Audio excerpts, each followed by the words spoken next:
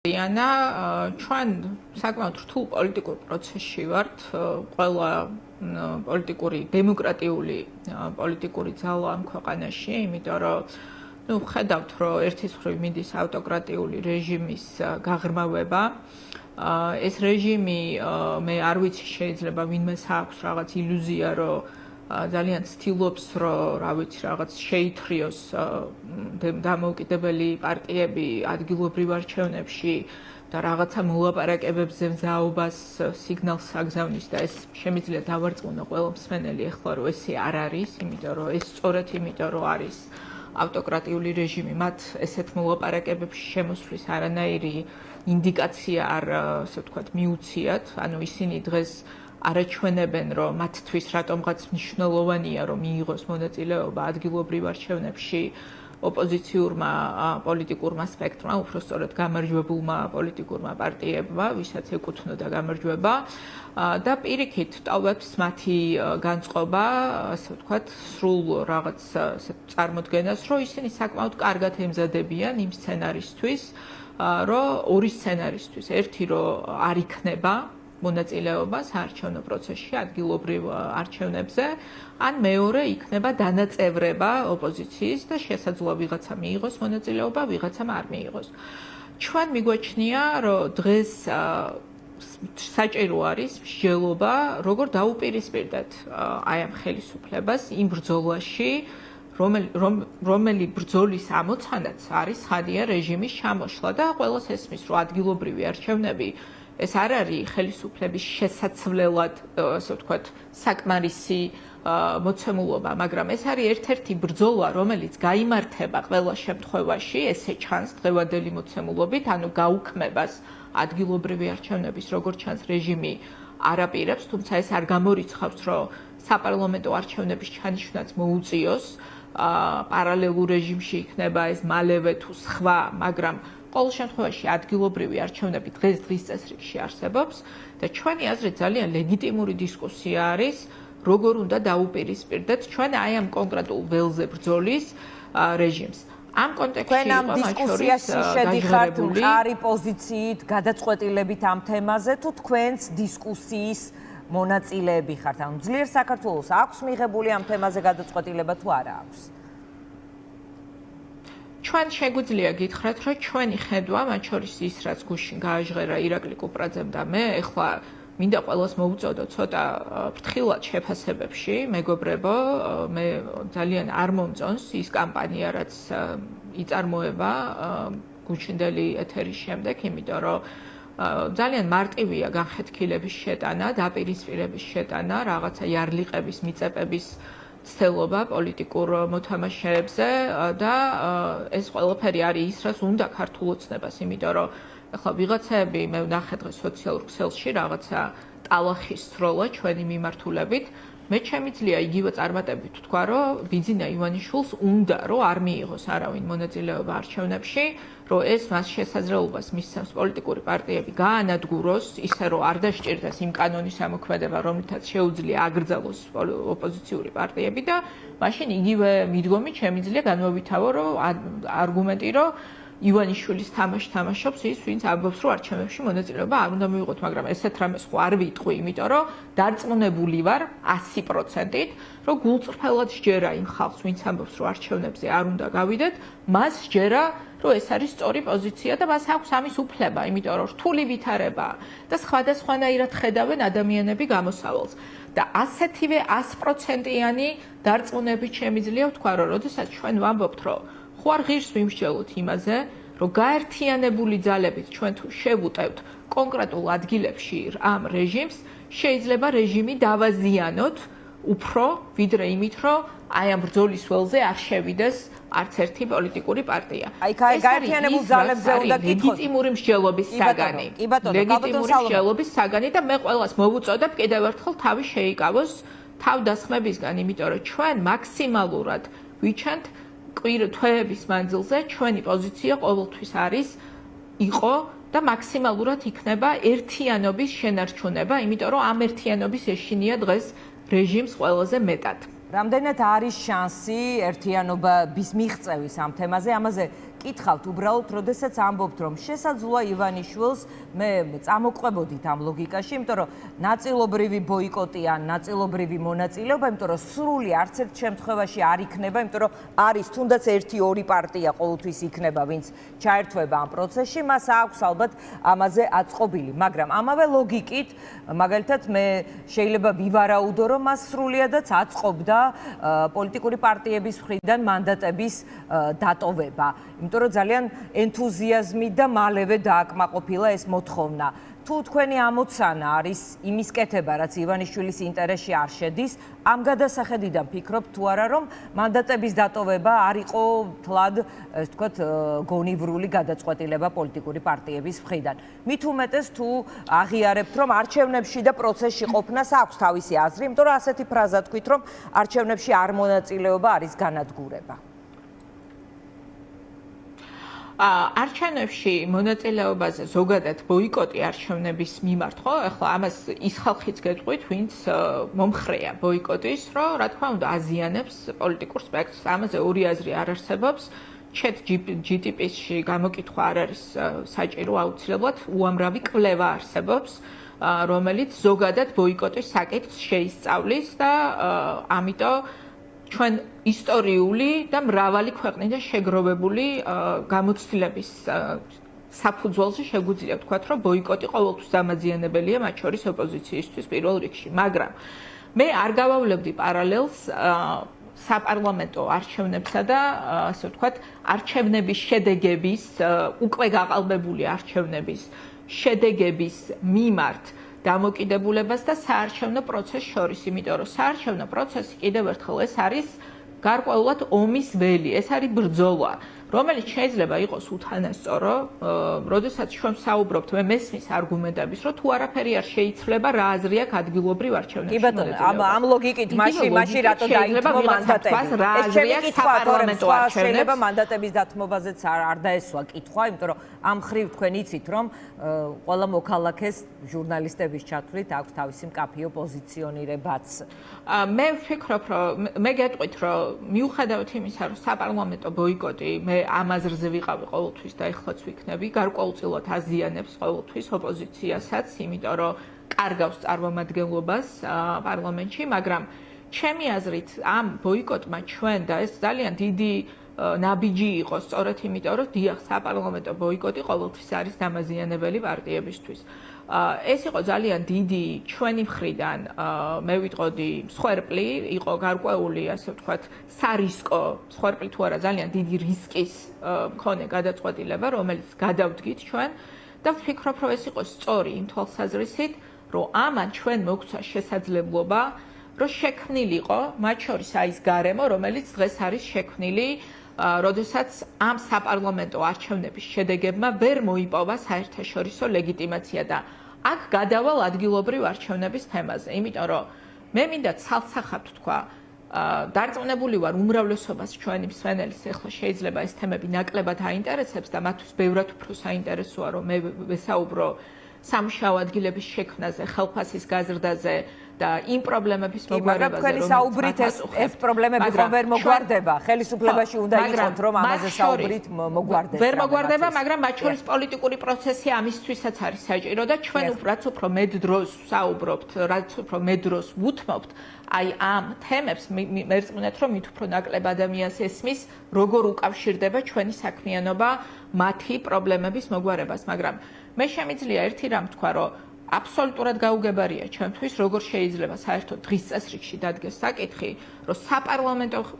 არჩევნები, რომელიც არ იქნა აღიარებული საერთაშორისო თანამეგობრობის მიერ და შესაბამისად სწორედ ამის საფუძველზე და ამაში ითამაშა მთავარი როლი სწორედ იმან, რომ ჩვენი ასე ვთქვათ წილი რისკი გავწიეთ და პასუხისმგებლობა ავიღეთ, რომ დღეს ვიღაცა ამბობს, რომ ადგილობრივ არჩევნებმა შეიძლება გაანულოს აი ეს რაღაცა ასე ვთქვათ, შეფასება, რომელიც მიიღო საპარლამენტო არჩევნებმა. ეს არის თავისთავად ძირშივე მცდარი მოსაზრება, იმიტომ რომ ზურაბიშვილის ციტატა მოვიყვანე მე, ამ არჩევნებში წასვლა ნიშნავს, რომ რეჟიმი ისევ რეჟიმობს, ეს მისი ციტატაა, მოკლედ ეს გულისხმობს, რომ ხელისუფლების ლეგიტიმაციის რეჟიმი სხვა საკითხია, რეჟიმი რეჟიმი შეიძლება ისევ რეჟიმობდეს საპარლამენტო არჩევნებს თუ ჩანიშნავს და არაფერს არ შეცვლის, იგივე ლოგიკით, ხო, სიტყვაზე არაფერი არ შეიცვალა და საპარლამენტო არჩევნები ჩანიშნა ისე, რომ არანაირი ცვლილებები არ მოხდარა, მაშინ შეგვიძლია ვთქვათ, რომ იგივე სისტემით გვიწევს ჩვენ საპარლამენტო არჩევნებზე გასვლა, როგორც წინა საპარლამენტო არჩევნებზე, ეს სხვა საკითხია, მაგრამ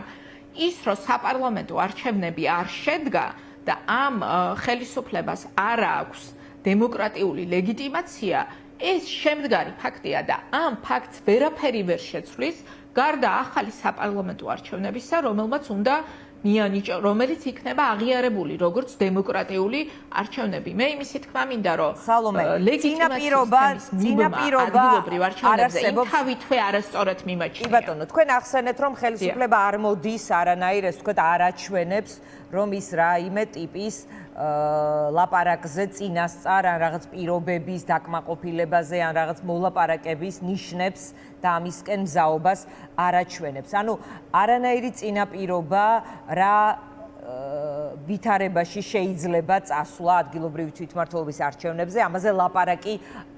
არ და ვერ იქნება. ანუ ან ეს უნდა იყოს ან გადაწყვეტილება ბოიკოტის სასარგებლო, ან არჩევნებში მონაწილეობის სასარგებლო. იმიტომ რომ იქნებ გეცადათ, რაიმე მცდელობა ქონოდათ, რომ მოლაპარაკების, თქო, არჩევნებში მონაწილეობის და ფასი ყოფილიყო გარკვეული თემები, მათ შორის შეიძლება ეს ყოფილიყო დაკავებულების ბედი. მე სწორედ ეს მინდოდა მეთქვა, რომ ჩვენ უნდა გვესმოდეს, რომ როდესაც აი ვსაუბრობთ, ხო, რაღაც რა რეჟიმთან გვაქვს საქმე, ეს არ არის ის რეჟიმი, რომელიც ძალის გარდა, ზეწოლის და წნეხის და ძალის გარდა რაიმე სხვა სახის ზემოქმედების ბერკეტებს დაემორჩილება. ამიტომ არის ჩვენი ამოცანა და ჩვენ ესე ვხედავთ, რომ ყველა ამოცანის განხორციელება, რაც აქვს ქართულ ხალხს დღეს და ეს არის დემონტაჟი ამ რეჟიმის, შეიძლება მხოლოდ იმ შემთხვევაში, როდესაც ჩვენ მაქსიმალურ დისკომფორტს შევქმნით ამ რეჟიმს, როგორც ქვეყნის შიგნით, ასევე ქვეყნის გარეთ. და ამიტომ ვამბობთ ჩვენ, რომ დღის წესრიგში საკითხი ადგილობრივი არჩევნების გამოყენება როგორ შეიძლება იმისთვის, რომ მაქსიმალურად დააზიანო რეჟიმი, ამაზე დისკუსია დღეს არის ლეგიტიმური. მათ შორის გამოითქვა ჩვენი მოსაზრება, რომ ხომ არ არის ესე, რომ უნდა გავაკეთოთ ის, რაც შეიძლება ყველაზე ნაკლებად ელოდება რეჟიმი, რომ გაერთიანებული ძალები დავარტყათ იქ, სადაც არის სუსტი წერტილი ამ რეჟიმის, ვიდრე ვთქვათ ის, რომ ჩვენ საერთოდ ამ ბრძოლაში არ შევდივართ, იმიტომ რომ ამ ბრძოლაში არ შესვლის საფასურად, რომ მზად არის, რომ რამე დათმოს ივანიშვილმა ამას, ვერავინ ვერ დაგიმტკიცებ, თქვენ ვერ გაჩვენებთ, იმიტომ რომ მე თქვენ თვითონ ეს ვთქვით და შემიძლია კიდევ ერთხელ დავადასტურო ისიც, რომ როგორც ჩანს, ერთპარტიული ეს არჩევნები არც ერთ შემთხვევაში არ იქნება და შესაბამისად ერთპარტიულიც რო იყოს, რატო აქვს ვინმეს ილუზია, რომ რამე მოლაპარაკებებში შემოვა მხოლოდ ამ საკითხთან დაკავშირებით, ჩემთვის გაუგებარია, იმიტომ რომ ამ რეჟიმს ეშინია მხოლოდ ძალის გაერთიანებული ოპოზიცია, რომელიც დაუპირისპირდება მას იქ, სადაც მას უჭირს, ეს არის ძალა. ჩვენ ესე გვჯერა, რომ ეს იქნება რეალური შანსი იმისა, რომ ოპოზიცია იყოს შესაბამისად ყველა სხვა პოლიტიკურ მოთამაშეს. ვინ ჩაერთვება ამ დისკუსიაში თქვენი აზრით, იმიტომ რომ წინ სწრებად აქვთ მათ გაკეთებული განცხადებები, რომ ისინი არჩევნებში მონაწილეობის მიღებას არ აპირებენ, მეტიც მუდმივად იყო მოწოდება, რომ ყველა პარტიამ კაფიო აზრი დააფიქსიროს ამ თემაზე. რამდენად აქვს მნიშვნელობა სალომე ზურაბიშვილის პოზიციას, ვინაიდან თქვენ ხართ წინააღმდეგობის პლატფორმის წევრი და ისიც ლაპარაკობდა აი ChatGPT რომ ახსენეთ მისი ერთ-ერთი ინტერვიუდან ფრაგმენტია რომ აი ბოიკოტზე ვკითხე ChatGPT-სო.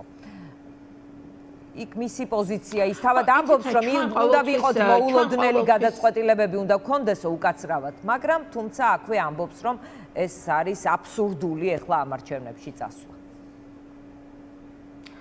ჩვენ ყოველთვის ვამბობდით, ეს იყო ყოველთვის ჩვენი პოზიცია, ჩვენ მზად ვართ, მათ შორის ამ პლატფორმაშიც სწორედ იმიტომ ვართ, რომ მაქსიმალურად გვინდა კოორდინაცია ყველა იმ ადამიანთან, ვინც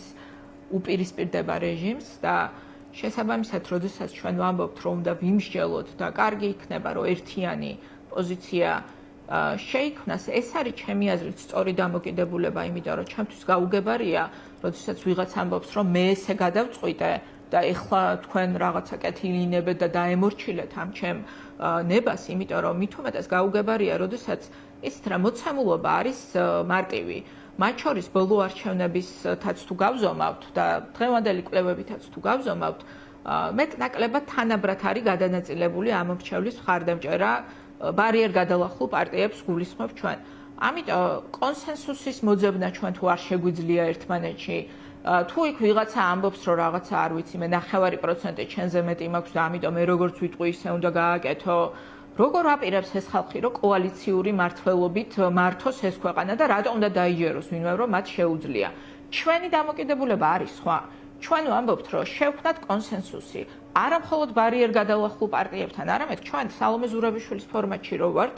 იქ მე მგონი ერთადერთი ვრჩებით, ვინც ბარიერ გადალახული სუბიექტებიდან ხო თუ არ ვწდები, ნუ ყოველ შემთხვევაში შეიძლება იმ სუბიექტების წარმომადგენლები არიან, დროა და სხვათა შორის პატიმრობის წინ შეუერთდა ზურაბ ჯაფარიძე, როგორც გავიგე. ხო,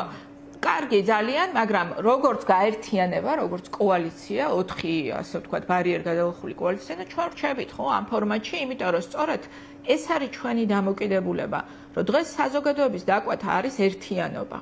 ჩვენ ყოველთვის ვამბობდით, რომ ერთიანობის მომხრე ვართ, ხელს შევუწყობთ და ყველაფერს გავაკეთებთ. ერთიანობა ამ თემაზე არ იქნება. ნახეთ, ამ დისკუსიაშიც თავაზობთ ერთიანი პოზიციის შემუშავებას. სალომე, ჩვენი სტუმარი იყო გახარიას გუნდის წარმომადგენელი, როცა არჩევნებზე ლაპარაკობდა, მე მას ვკითხე, სხვა არავინ, თქვათ აი ამ ბარიერ გადალახული პარტიებიდან რომ არ გავიდეს არჩევნებზე, თქვენ მაინც გახვალთ თუ არა და მან მიპასუხა, რომ სხვა პარტიების პოზიციას მათ გადაწყვეტილებაზე გავლენა არ ექნება. ამიტომ მე მინდა რომ იგივე კითხვა დავსვათ თქვენთან მიმართებაშიც. თუ ვერ შედგა ამ საკითხზე, მონაწილეობის საკითხზე ერთიანობა, ეს თქვენ გადაწყვეტილებაზე, რომელიც გძნობ რომ მიღების პროცესშია მონაწილეობის სასარგებლოდ, იმოქმედებს თუ არა? მოდით თუზე ვილაპარაკოთ, როდესაც ამის დრო დადგება, იმიტომ რომ დღეს ძალიან მნიშვნელოვანია და ამაშიც არის განსხვავება, ხო, ჩვენ ამას ვამბობთ, რომ ჩვენ არ გვაქვს რაღაცა 100%-იანი თანხwebdriver, არც ერთ სხვა ოპოზიციურ პოლიტიკურ ძალასთან, მათ შორის განსხვავება არის გახარიას გუნდს და ჩვენ შორის, რომ ისინი მუდამ პოზიციონირებენ როგორც რაღაცა ცალკე მდგომი და ჩვენ ყოველთვის ვემხრობით რაღაცა ერთიანი ფორმატების შემუშავებას. ამიტომ აქაც განსხვავებული არის ჩვენი პოზიციონირება. ჩვენ გავაჟღერეთ ამ ეტაპზე ჩვენი ხედვა რაც არის, ვიღაცა შეიძლება ამ ხედვას არ დაეთანხმოს, ვიღაცა შეიძლება რამე უკეთესი შემოთავაზებაც აქვს სხვათა შორის, იმიტომ რომ ეს დისკუსია მათ შორის ძალიან მნიშვნელოვანია, იმიტომ რომ საზოგადოებამ ხომ უნდა იცოდეს, რომ არ ვიცი ახლა მაგალითად ადგილობრივ არჩევნებზე თუ არ გადის პარტიები, რა არის ამის ალტერნატივა, რა არის ამის შემდგომი გეგმა, როგორ გააძლიერებს ეს ვიღაცის პოზიციას, როგორ გააძლიერებს ეს მოქალაქეს, რომელიც სადღაც რეგიონში, სადაც გაცილებით ძნელია დაუპირისპირდა რეჟიმს, ამ რეჟიმს უპირისპირდება და ეხლა მას ეუბნები, რომ არჩევნებშიც არ ექნება მას არანაირი როლი, იმიტომ რომ არჩევნებში მონაწილეობას არ იღებ. ანუ ძალიან ბევრი საკითხი არის და ეს არ არის მარტივი საკითხი და ამიტომ ჩვენ მოვუწოდებთ ყველას, რომ ვიმსჯელოთ ერთად, ჩამოვყალიბდეთ ერთად, თუ ვერ შედგება ერთიანობა, ცხადია, ჩვენ გადაწყვეტილებას მივიღებთ, იმიტომ რომ საკმარისი პოლიტიკური წონა გვაქვს იმისთვის, რომ ასევე ვიმოქმედოთ ჩვენი შეხედულებების მიხედვით, მაგრამ ჩვენ ვრჩებით, ვფიქრობ, ყველაზე ერთგულ, ასე ვთქვათ, ერთგულ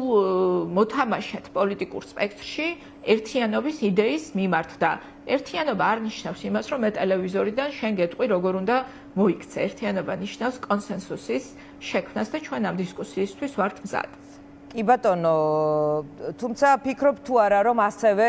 თუ აპირებდით და ფიქრობდით, რომ განგეხილათ შემდეგ არჩევნებზე გასვლა, აი ამ პერიოდში, პროტესტის პერიოდში, თქვენი გუნდიც დაკავებული იყო, ეს ვთქვათ, არჩევნებს აზრი არ აქვს, ეს არის რაღაც კადიროვის ჩეჩნეთი და ასე შემდეგ. სხვათა შორის გახარიას გუნდის წევრები მუდმივად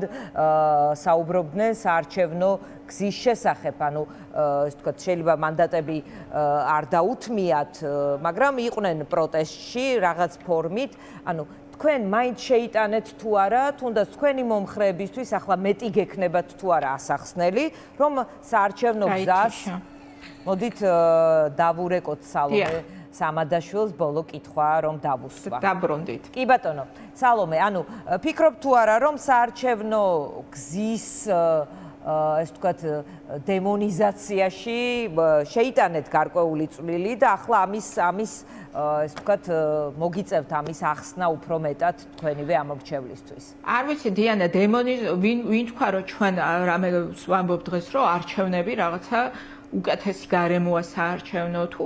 ჩვენ ვამბობთ რომ არჩევნები ამ ქვეყანაში ნორმალური არჩევნები აღარ არსებობს, ხადია, მაგრამ რაღაც როგორიც არის ესეთი არჩევნები ჩატარდება და ჩვენ ამას მოვიაზრებთ როგორც ბრძოლის ველს, თორე ნორმალური არჩევნები რო იყოს და ნორმალური არჩევნებზე რო იყოს საუბარი, არც იმაზე საუბარი არ დაგჭირდებოდა კოორდინაცია არის საჭირო თუ ასე შემდეგ, ხო? ნორმალური პოლიტიკური პროცესი ამ ქვეყანაში დღეს შეჩერებულია ამაზე, რა თუნდა საუბარი და მათ შორის იმ საარჩევნო პროცესს როგორ გამოიყენებს ოპოზიცია, სხვათა შორის მეორე სიტყვა, რომელიც არ მომწონს და ჩემი აზრით სწარია, ეს არის ნორმალიზაციის გამოყენება, რომ აი არჩევნებზე თუ ვიღაც გადის, ეს ნიშნავს ნორმალიზაციას. გააჩნია იმ არჩევნებზე როგორ გადიხარ, იმიტომ რომ ის არჩევნები არის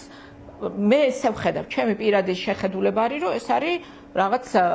ბრძოლის ველი ამ ქვეყნის გადარჩენაში მოწინააღმდეგის დასაზიანება. და შენ თუ იქ შედიხარ როგორც ბრძოლაში და შედიხარ იმისთვის, რომ მაქსიმალურად დააზიანო შენი მოწინააღმდეგე, რომელსაც მიტაცებული აქვს დღეს სამწუხაროდ დიახ სახელმწიფო და ინსტიტუციები, ვერანაირ ნორმალიზაციას ვერ მოახდენს ეს ასე ვთქვათ. ამ თემაზე შესაძლებლობაა, რომ კიდე უფრო დაძაბო ვითარება და კიდე უფრო გაზარდო პროტესტიც, წინააღმდეგობაც და კიდე მეტი ზიანი მიაყენო მოწინააღმდეგეს. როცა გადაწყვეტილება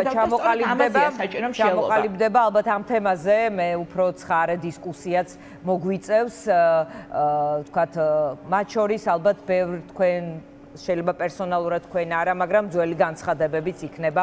აქტუალური. ერთი რაშიც არ ვიცი თქვენ რამდენად დამეთანხმებით, მაგრამ მე მგონია რომ რაზეც აქვს ივანიშვილს ყოველთვის გათვლა, ეს არის